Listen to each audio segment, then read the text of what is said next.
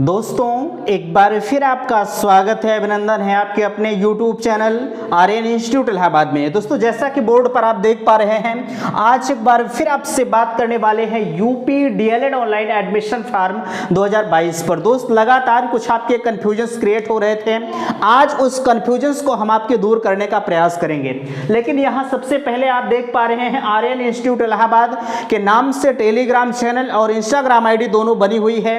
अगर आपको कहीं किसी भी प्रकार की समस्या होती है तो प्लीज आप इन दोनों आईडियों पर जाकर कमेंट करके पूछ सकते हैं। समय रहते हुए आपके सभी कमेंटों का रिप्लाई हम देते हैं, ठीक है। अच्छा, कुछ लोग कॉल्स भी कर देते हैं, उनके कॉल्स को भी मैं रिसीव करता हूं, ऐसा नहीं है। अगर आपको दिक्कत होती है तो आप कॉल भी कर सकते हैं। कुछ लोगों ने नंबर को भी मांग रखा है, हमने नंबर को भी प्रोवाइड किया है। फिलहाल के लिए चलिए, आपने देखा अगर दिक्कत होती है तो आप उन आईडियों का प्रयोग कर सकते हैं, ठीक है। चलिए, यहाँ लिखा गया है आपका सबसे ऊपर आप देख पा रहे हैं एक प्रमाणित अपडेट। मैं एक चीज आपसे कहना चाहूंगा कि अगर कभी भी आप किसी काम के लिए किसी YouTube चैनल पर विजिट करें तो सबसे पहले आपको उसे परख लेना चाहिए कि यहाँ कितनी प्रमाणित अपडेट हमें मिलती है, ठीक है। अगर आपको लगता है कि मैं आपके लिए कुछ बेहतर कर रहा हूं, आपके लिए कुछ अच्छा कर रहा हूं, तो प्लीज वीडियो को लाइक जरूर किया करें, ठीक है। तो चलिए, हाँ, हमने आपसे कहा कि आप उसी चैनल पर विजिट करें जहां पर आपको लगता है कि हमें यहां से ऑथेंटिक चीजें मिलती हैं। और एक चीज मैं आपसे कहना चाहूंगा कि कभी भी इस चैनल पर आपको किसी भी चीज के लिए बलगराया नहीं जाता है।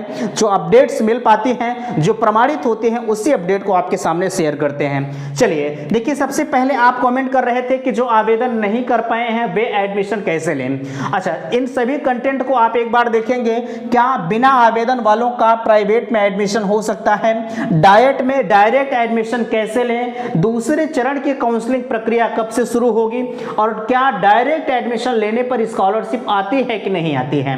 अच्छा, एक सबसे अहम मुद्दा आपका आ रहा है कि कॉलेज द्वारा ऑफर दिया जा रहा है कि 20,000 और 30,000 में हम आपके पर ईयर में एडमिशन कर देंगे। डीएलएड में डायरेक्ट एडमिशन के लिए आवश्यक डॉक्यूमेंट्स क्या क्या होंगे, यह सभी मुद्दा हमारा बन रहा है। अच्छा, कल किसी ने कमेंट किया था, वो लगातार पूछ रहे थे कि हम डीएलएड में 90% कैसे लाएं। जरा सा यार एक चीज का आप विचार करें। मैं मानता हूं कि डीएलएड में 90 क्या 95% नंबर आते हैं, लेकिन आप डीएलएड में 95% नंबर तभी लाएंगे जब आप कॉपी पर लिखेंगे। और जब नहीं लिखेंगे, हम कह दें आप ऐसे 90% ला लेंगे, तो क्या 90% पा जाएंगे? नहीं पाएंगे।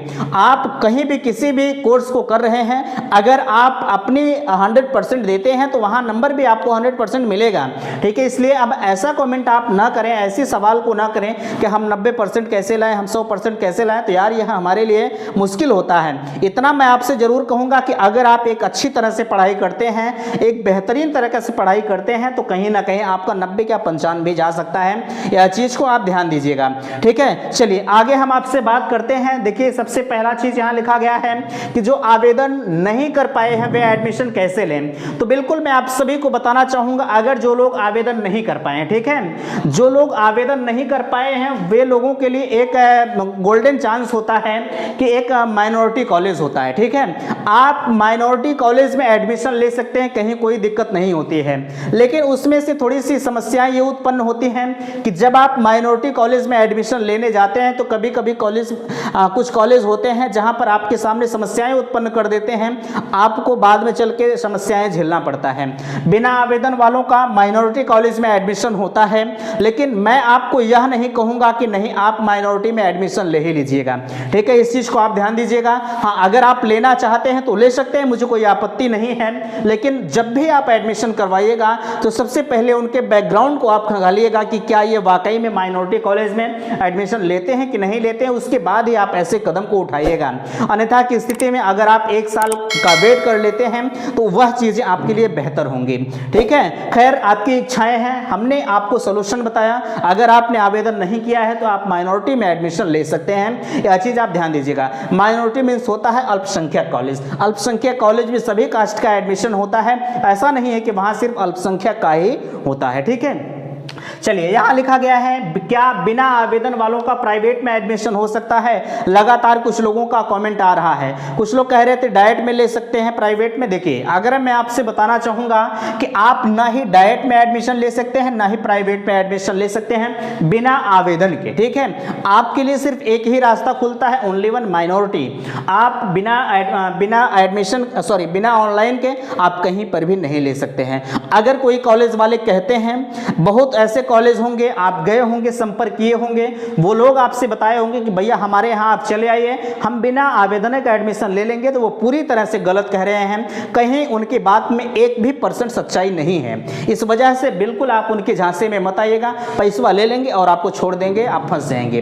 ठीक है, चलिए यहाँ आगे लिखा जा रहा है डाइट में डायरेक्ट एडमिशन कैसे लें। देखिए मैं आप सभी को बताना चाहूंगा डाइट में डायरेक्ट एडमिशन के लिए, ठीक है, कोई दिक्कत नहीं होती है। आपका अगर काउंसलिंग के थ्रू हो पाया है तो ठीक है, अन्यथा आप सेकंड राउंड यानी दूसरी काउंसलिंग का इंतजार करें, आपको मेरिट के अनुसार ही मिलेगा, कोई दिक्कत की बात नहीं होती है। जब सेकंड चरण की काउंसलिंग में भी डाइट में एडमिशन पूरी तरह से नहीं हो पाता है तो उस कंडीशन में आप जो है उस कंडीशन में आप डाइट में डायरेक्ट एडमिशन भी ले सकते हैं, कोई दिक्कत नहीं होती है। ठीक है, डाइट में भी डायरेक्ट एडमिशन होता है, दिक्कत नहीं होती है, बट इतना आपको जरूर ध्यान देना है कि कहां पर जो है सीटें खाली है और कहां नहीं खाली है। ठीक है, इतनी बातें आपको समझ में आई होंगी। चलिए अब आगे हम आपसे बात करते हैं। अच्छा, कुछ लोग कह रहे थे कि भैया दूसरे चरण की काउंसलिंग कब से प्रारंभ होगी।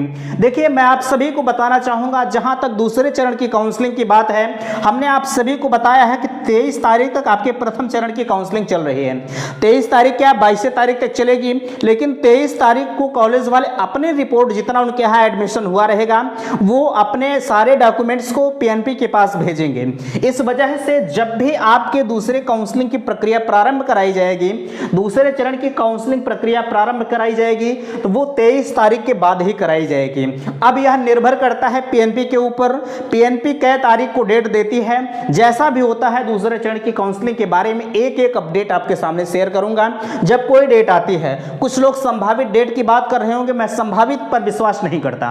पहली चीज आप जानिएगा, मैं आपके सामने एक संभावना जाहिर कर दूं, पता लगा वो खारिज हो जाए तो यार विश्वास उठ जाता है। इसलिए जब भी अपडेट आएगी तब मैं आपको बताऊंगा, लेकिन इतना मैं दावा जरूर करूंगा कि दूसरे चरण की काउंसलिंग जो है इसी मंथ में 23 से इसी मंथ जाते जाते आपकी चालू हो जाएगी। और एक चीज ध्यान दीजिएगा, आपका 14 सितंबर से जो है क्लास चलने वाला है डीएलएड प्रथम सेमेस्टर का। जैसा भी होता है आपके आगे की सूचनाएं दे जाएंगे। ठीक है, चलिए हमने कहा आपसे दूसरे चरण की काउंसलिंग की प्रक्रिया बिल्कुल 23 तारीख के बाद से चालू होगी। अब कब चालू होगी यह कंफर्म नहीं है। चलिए देखिए, क्या डायरेक्ट एडमिशन लेने पर स्कॉलरशिप आती है, तो बिल्कुल मैं आप सभी को बताना चाहूंगा, चाहे आप डायरेक्ट एडमिशन लें चाहे आप काउंसलिंग के थ्रू जा रहे हैं, ठीक है, स्कॉलरशिप सबकी आती है। अब आप कहेंगे हमारी तो नहीं, आप पता लगा ना आए तो हम क्या करेंगे, हम इसकी गारंटी आपकी नहीं लेंगे कि आपकी स्कॉलरशिप खामखा आएगी ही। इस वर्ष की हम बात करें तो बजट के अभाव में बहुत सारे कैंडिडेट्स ऐसे हैं जिनकी स्कॉलरशिप नहीं आई है। इस वजह से मैं तनिक भी इस बात का गारंटी आपका नहीं लूंगा कि आपकी स्कॉलरशिप आ ही जाएगी। हाँ, इतना मैं दावा जरूर करूंगा कि स्कॉलरशिप आती है सबकी। और चाहे आप डायरेक्ट, ऐसा तो है नहीं डायरेक्ट आप ले रहे हैं तो आप अपने मन से जाके ले लिए। पीएनपी ने साफ तौर पर कहा है कि भैया आप डायरेक्ट एडमिशन ले सकते हैं अगर आपने आवेदन किया है, तो इस वजह से आपको कहीं भी कोई समस्या नहीं होगी। डायरेक्ट एडमिशन लेने पर भी आपकी स्कॉलरशिप आती है, आप इसे अप्लाई कर दीजिएगा। ठीक है, अब आप पूछेंगे कि अप्लाई कब से होगा, तो देखिए मैं आपसे बताना चाहूँगा, जब आपका एडमिशन प्रक्रिया समाप्त हो जाएगी उसके बाद बीटीसी डीएलएड के लिए अलग से वेबसाइट चलती है, आप उसमें ऑनलाइन कर सकते हैं। ठीक है, चलिए यहाँ लिखा जा रहा है, एक सबसे अहम मुद्दा आपका है कि बहुत लोगों ने कॉल भी किया, मैसेज भी किया कि कुछ कॉलेज वाले हैं 20,000 30,000 का बात कर रहे हैं कि आप आइए पर ईयर हम आपका 20,000 30,000 रुपये लेंगे, एडमिशन कर देंगे। तो बिल्कुल यह जायज़ है। अगर आपको लगता है कि यह नाजायज़ है तो ऐसा नहीं है। अब की डीएलएड की स्थिति बड़ी भयावह है, जो है 1,70,000 75,000 सीटें खाली जा रही हैं। कहीं कहीं कुछ ऐसे कॉलेज है जहां पर एक को भी एडमिशन नहीं हुआ है। इस वजह से मैं आपसे कहना चाहूँगा, अगर कहीं 20,000 30,000 का आपको ऑफर मिल रहा है तो आप कर सकते हैं, लेकिन फिर वही बात कहूँगा कि आप उनके बैकग्राउंड को थोड़ा सा खंगालिएगा कि क्या ये वाकई में, जैसे होता क्या है, पहले तो वो 20,000 30,000 में एडमिशन कर लेंगे, लेकिन बाद में करेंगे क्या कि आपसे पूरी फीस लेंगे। तो सबसे पहली चीज़ आप इस चीज़ को क्लियर कर लीजिएगा कि क्या आप 20,000 के अलावा 30,000 के अलावा जो भी फीसें आपकी तय होती हैं, क्या उसके बाद कितनी फीस लेंगे।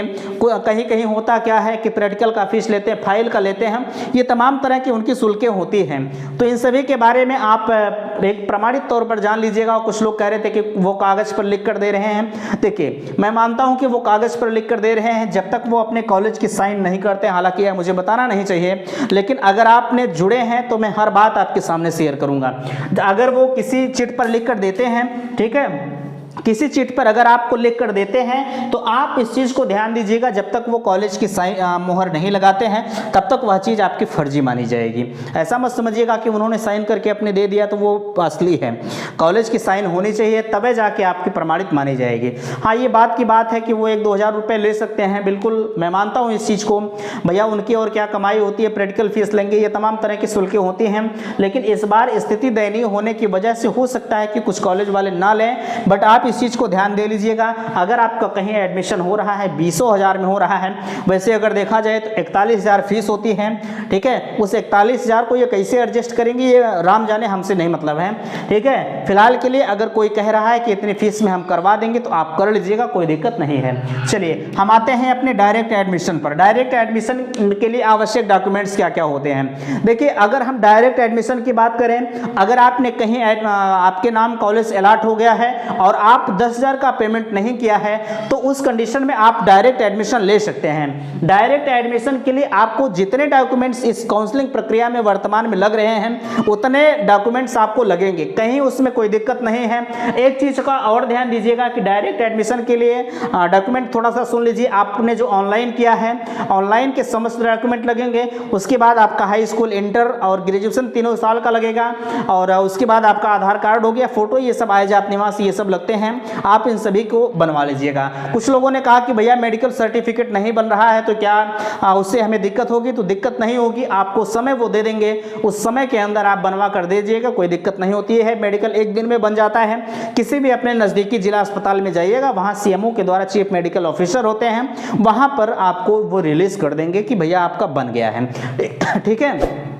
अब कैरेक्टर सर्टिफिकेट होता है, ये सब आप जानते हैं, मुझे बताने की ज़रूरत नहीं है। फिर मैं आपसे कहूँगा कि अगर आपको कहीं समस्या होती है, दिक्कत होती है, तो आप कमेंट सेक्शन में मुझे ज़रूर बताइएगा। लास्ट में एक बात और कहूँगा कि आप उसी चैनल पर विजिट करें जहाँ पर आपको लगता है कि मुझे जानकारी यहाँ से प्रमाणित मिलती है, ठीक है। वीडियो पसंद आया होगा तो प्लीज़ लाइक कीजिएगा, चैनल को सब्सक्राइब कीजिएगा। वीडियो को समाप्त करते हैं। थैंक्स, धन्यवाद।